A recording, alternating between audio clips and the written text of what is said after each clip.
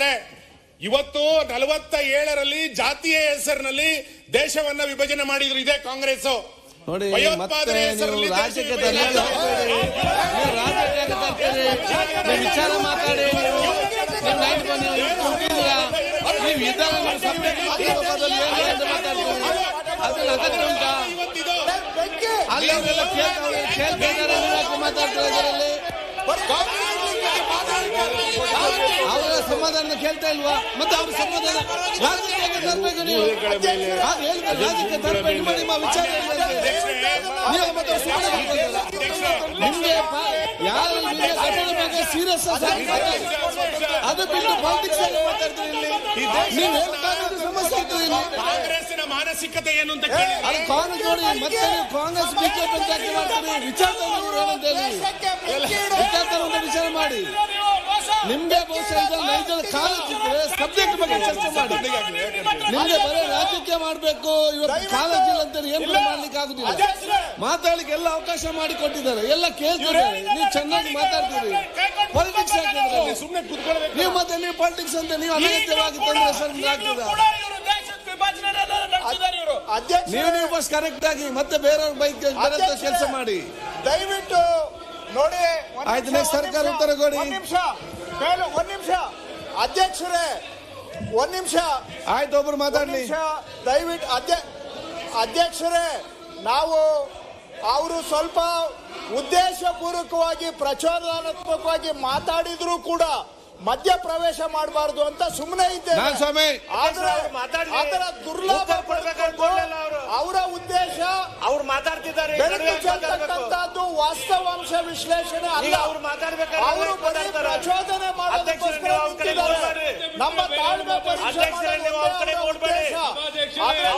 ನಿಮ್ಮ ಸ್ವಾತಂತ್ರ್ಯ ಮಾತಾಡಿದ್ದಾರೆ. ಏನೆಲ್ಲ ಎಲ್ಲ ಕೇಳ್ತಾರೆ. ಆ ರೀತಿ ಮಾತಾಡಿ ಗಲಾಟೆ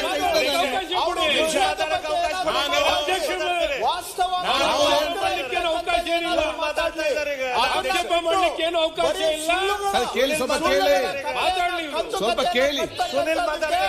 ತಾವು ಪೀಠದಿಂದ ಅವಕಾಶ ಕೊಡಬಾರದು ಮತ್ತು ಅವರು ದೇಶದ ವಿಭಜನೆ ಬಗ್ಗೆ ಏನು ಮಾತಾಡಿದ್ದಾರೆ ಕಡತದಿಂದ ಅಧ್ಯಕ್ಷರೇ ಅವರು ಮಾತಾಡಿರೋದನ್ನ ಯಾವುದನ್ನು ಊಹೆ ಮೇಲೆ ಮಾತಾಡ್ತಿಲ್ಲ.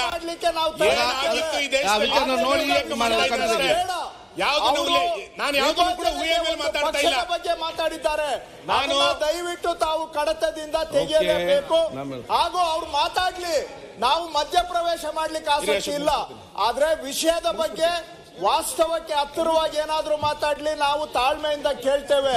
ಅವ್ರದ್ದು ಒಂದೇ ಉದ್ದೇಶ ಪ್ರಚೋದನೆ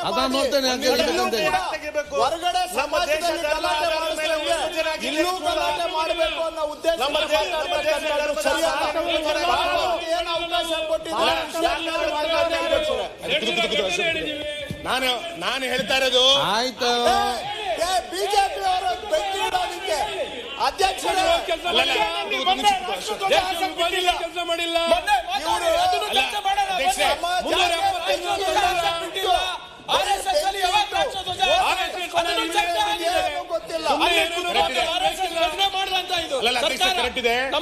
ನಾವು ಚರ್ಚೆಗೆ ಸಿದ್ಧರಿದ್ದೀವಿ. ನಾವು ಯಾವ ಚರ್ಚೆಯಿಂದನೂ ಕೂಡ ಹೊರಗೆ ಹೋಗೋ ಪ್ರಶ್ನೆ ಇಲ್ಲ.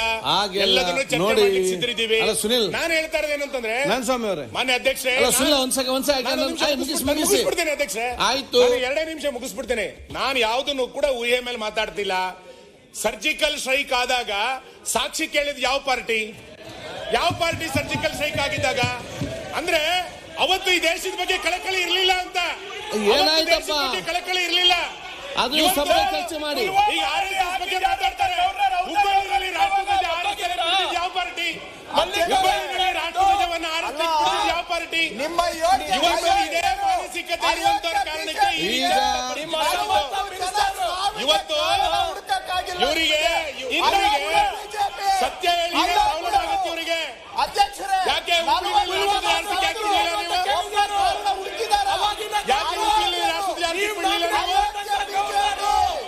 ಅಸಮರ್ಥ ಹೋಮ್ ಮಿನಿಸ್ಟರ್, ಅಸಮರ್ಥ ಮಿನಿಸ್ಟರ್ ನಿಮ್ಮ ಕೇಂದ್ರದವರು ಪುಲ್ವಾಮಾದಲ್ಲಿ ಸಾವಿಗೆ ಯಾರು ಕಾರಣ? ಕೇಳ್ತಾ ಇರೋದು ಸಾಕ್ಷಿ ಮಲ್ಲಿಕಾರ್ಜುನ ತಾನೇ ಒಂದು ಕೇಳ್ತಾ ಇರೋದು. ಇನ್ವೆಸ್ಟಿಗೇಷನ್ ಮಾಡಕ್ಕೆ ಯೋಗ್ಯತೆ ಇಲ್ಲ ನಿಮ್ ಇವರು. ಗವರ್ನರ್ ಕೇಳ್ತಾ ಇರೋದು.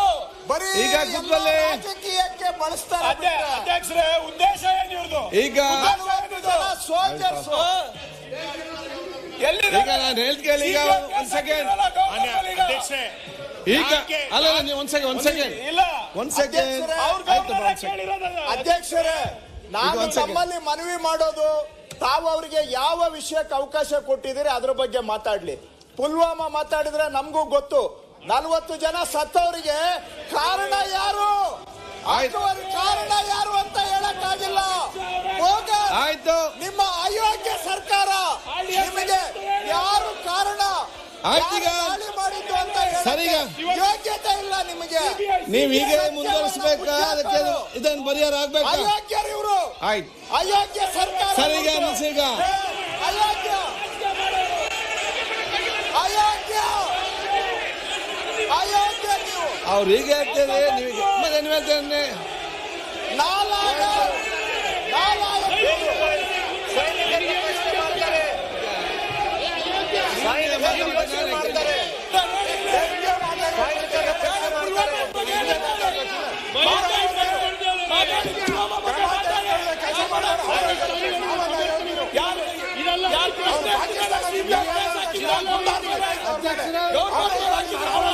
ಈಗ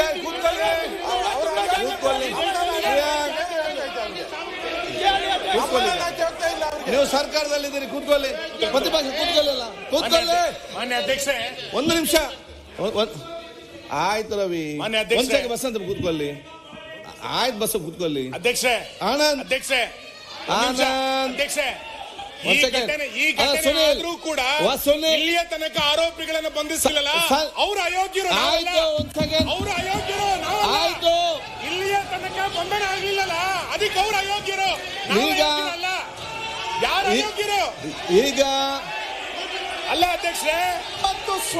40 ಸೈನಿಕರು ಸತ್ರು, 40 ಸೈನಿಕರು ಸತ್ರು. ಇವತ್ತು ಯಾರಿಗಾದ್ರೂ ಒಬ್ಬರಿಗೆ ಇವರು ಅರೆಸ್ಟ್ ಮಾಡಿದಾರ? 40 ಸೈನಿಕರು. ಇಲ್ಲಿ ಬರೀ ಬಾವುಟ ಇಲ್ಲಿ ಬರೀ ಗಾಳಿಪಟ ಹಾರಿಸ್ತಾ ಇದ್ದೀರಿ. ಅಲ್ಲಿ 40 ಸೈನಿಕರು ಸತ್ತಿದ್ದು ಸುಳ್ಳು. ಅದರಲ್ಲಿ ಒಂದು ಇನ್ವೆಸ್ಟಿಗೇಷನ್ ಮಾಡಕ್ಕಾಗಿಲ್ಲ. ಆ 40 ಸೈನಿಕರ ಸಾವಿಗೆ ಕಾರಣ ಯಾರು ಅನ್ನೋ ಇನ್ವೆಸ್ಟಿಗೇಷನ್ ಮುಚ್ಚಾಕಿದ್ದಾರೆ. 5 ವರ್ಷ ಆಯ್ತು, 5 ವರ್ಷ 40 ಸೈನಿಕರ ಸಾವಿಗೆ ಒಬ್ಬ ಕಾರಣಕರ್ತರನ್ನ ಹುಡುಕಕ್ಕಾಗಿಲ್ಲ. ಯಾರು ಕಾರಣ 40 ಸೈನಿಕರಿಗೆ?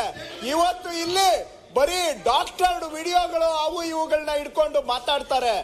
ಇನ್ನು 5 ವರ್ಷ ಆಗಿದೆ, 5 ವರ್ಷ ಆದ್ರೂ ಏನ್ ಮಾಡಿದ್ದೀರಿ? ಸುಮ್ಮ ಮಾತಾಡ್ತಾರೆ. ಅಯೋಗ್ಯ ಸರ್ಕಾರನ ಮತ್ತೆ ನಿಮ್ದು. ಸುಮ್ಮನೆ 5 ವರ್ಷ ಆಯ್ತು ನಿಮ್ಮ ಮನೆ ಬರ್ಕೇನು.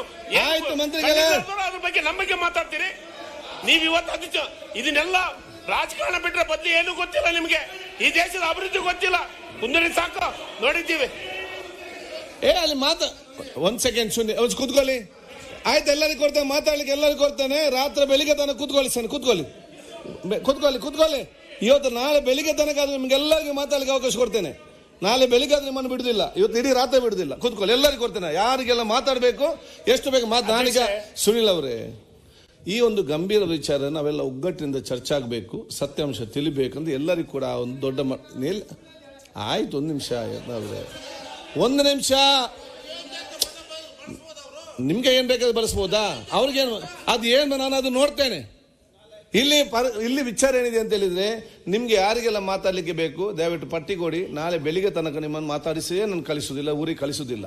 ಒಂದು ಇಲ್ಲಿ ಪ್ರಶ್ನೆ ಏನಿದೆ ಅಂತ ಹೇಳಿದ್ರೆ, ಈ ಒಂದು ಗಂಭೀರತೆ ಒಂದು ವಿಚಾರವನ್ನು ತಾವು ಪ್ರಸ್ತಾವ ಮಾಡುವಾಗ ನಮ್ಗೆ ಅಷ್ಟೇ ಆ ನೈಜವಾದ ಅದು ಆಗಿದ್ದಲ್ಲಿ ಸೂಕ್ತ ತನಿಖೆ ನಡೆಸಿ ಆಗಿದ್ದಲ್ಲಿ ನೈಜವಾದ ಆರೋಪಿಗೆ ಪತ್ತೆ ಕಠಿಣ ಅದು ನಮ್ಮ ಆಯ್ತು.